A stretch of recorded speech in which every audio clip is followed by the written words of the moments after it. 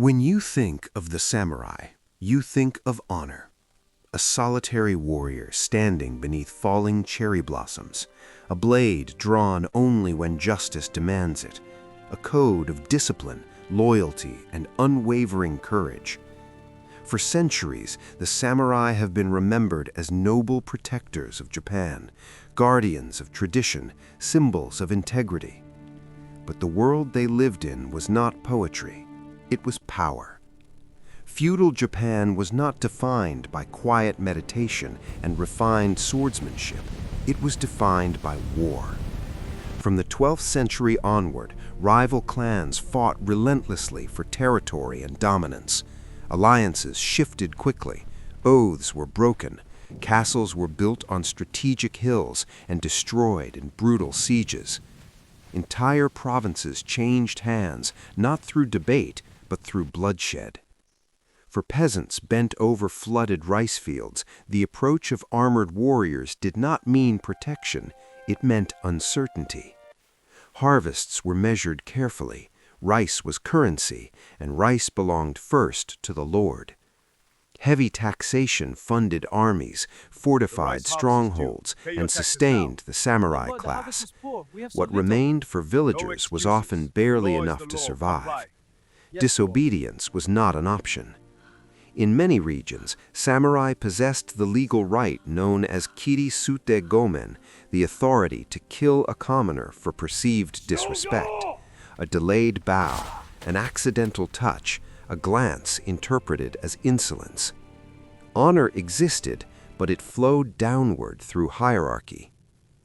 On the battlefield, mercy was uncommon. Captured enemies were frequently executed.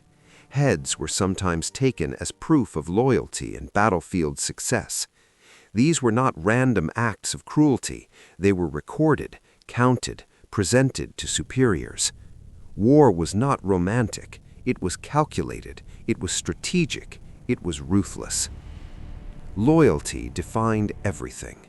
A samurai's existence revolved around his daimyo, his feudal lord. His income, social standing, and identity depended entirely on this relationship. To fail one's lord was to lose purpose. Failure was not simply a mistake, it was disgrace, and disgrace demanded atonement. Seppuku, ritual suicide, is often portrayed in modern culture as dignified, even heroic, a warrior kneeling calmly, reclaiming honor through sacrifice. But beneath the ceremony was a harsher truth, a social system so rigid that death could be the only acceptable apology. Witnesses watched, assistants stood ready. The act was deliberate, but it was still death demanded by expectation. Not all samurai stood confidently within power. When a daimyo was defeated, his retainers became ronin, masterless warriors. Without land, without stipend, without protection. Some found new lords, others drifted across the countryside. Some turned to mercenary work, others to extortion or banditry. Honor did not guarantee survival, and survival often overpowered principle. Power extended beyond battlefields. Within households, authority was absolute. Wives were expected to obey without question. Marriage reinforced hierarchy, not equality. Children were raised under strict discipline, taught loyalty before empathy. Servants and peasants occupied the lowest tiers of society. The structure was clear: samurai at the top, farmers beneath them, artisans below, merchants at the bottom of recognized classes, and beneath all, those without status. Public punishment reinforced this order. Executions in town squares were not hidden, they were visible reminders of consequence. Fear was a tool of stability. The code of Bushido, often translated as the way of the warrior, emphasized righteousness, courage, benevolence, respect, honesty, loyalty, and loyalty. But much of Bushido, as we understand it today, was formalized later, during the relatively stable Edo period. In earlier centuries of constant warfare, survival frequently outweighed philosophy. Entire villages were burned during clan conflicts, fields destroyed to starve enemies, civilians displaced by advancing armies. For farmers caught between banners, the line between protector and oppressor was thin. A samurai might defend one province one year and conquer it the next. Yet the samurai were not one-dimensional villains. Many pursued artistic refinement, poetry, calligraphy, tea ceremony. Zen Buddhism deeply influenced the warrior class. Meditation was practiced. Reflection on impermanence shaped their worldview. The falling cherry blossom became the ultimate metaphor for the samurai life, beautiful, brief, destined to fall at its peak. It symbolized readiness to die, acceptance of mortality. But beauty does not erase violence. A samurai could compose a death poem in the evening and command executions the next morning. He could meditate beneath blossoms while fields smoldered beyond the horizon. This contradiction defined the era.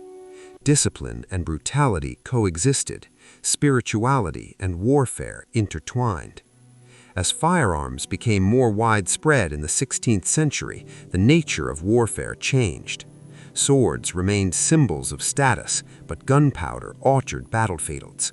Eventually, prolonged civil wars gave way to centralized rule under the Tokugawa shogunate. Relative peace arrived, but hierarchy remained. Samurai were no longer constantly at war, yet their status endured. Carrying two swords became a visible mark of privilege. The katana was not simply a weapon, it was authority, identity, social distinction. The right to bear arms separated samurai from commoners. Then, in the 19th century, everything shifted. The Meiji Restoration modernized Japan. Feudal domains were dismantled. A national conscript army replaced clan loyalty. Firearms replaced swords as primary weapons. The samurai class was formally abolished. Many struggled to adapt to a world where status no longer guaranteed power. Some resisted modernization. Some led rebellions clinging to the old order. Others quietly removed their armor and attempted to integrate into a changing society.